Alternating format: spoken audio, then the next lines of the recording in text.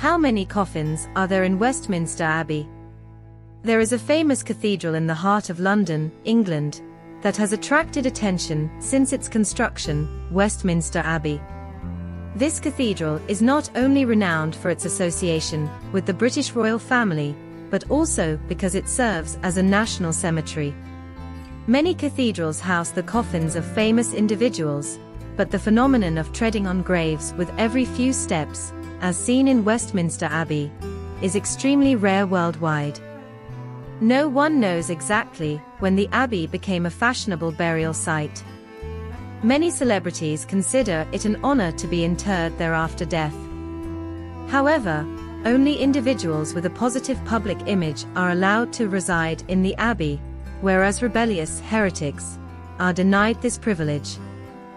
Geoffrey Chaucer, the greatest English poet of the Middle Ages, nearly missed being buried in Westminster Abbey. Chaucer had a flourishing career serving the royal family, holding positions such as Customs Controller, Justice of the Peace, and later, Clerk of the King's Works and Deputy Forester. His life was smooth and successful. Unfortunately, at the end of the 14th century, Henry IV ascended the throne and began purging the previous ruler's close associates, and Chaucer was affected by this upheaval. He suddenly became an ordinary citizen, stripped of his pension, and his good days were over. In the final years before his death, Chaucer was preoccupied with securing a small pension, having long given up on his political ambitions. However, one concern lingered: his burial arrangements. During Richard II's reign, the king had admired Chaucer's talents and granted permission for his burial in Westminster Abbey. But with Henry IV now in power, and given Henry's particular distrust of Chaucer, there was uncertainty about whether he would be allowed burial in the Abbey. Despite his anxiety, Chaucer arranged for his burial in the Abbey. He was unaware that the Abbey's officials were also apprehensive, fearing Henry IV's displeasure over Chaucer's interment.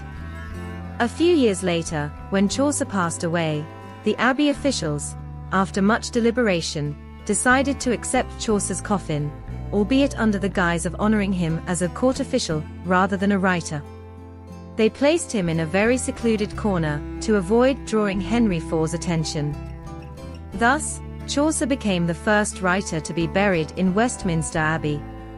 Despite these precautions, Henry IV was still dissatisfied and ordered Chaucer's remains to be exhumed and buried outside the Abbey. Many years later, a king remembered Chaucer, and out of respect for the deceased, had his remains reinterred in the Abbey. Chaucer's fame attracted many British writers who wished to be buried near him. Consequently, the once secluded burial site gradually became a gathering place for poets and writers, eventually becoming a renowned resting place for literary figures. However, Chaucer and the other writers' graves constitute only a small part of Westminster Abbey's numerous burial sites. Others, such as Elizabeth I, Newton, Darwin, and Churchill, are also interred there. In total, the number of coffins has astonishingly reached over 3,000. Given the limited space in the Abbey and the large number of deceased, later burials had to be done vertically to save space. Despite this, there eventually wasn't enough room.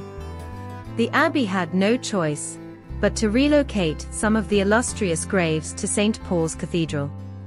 Today, visitors to Westminster Abbey are often informed that nearly every stone slab in the corridors covers the grave of a notable individual.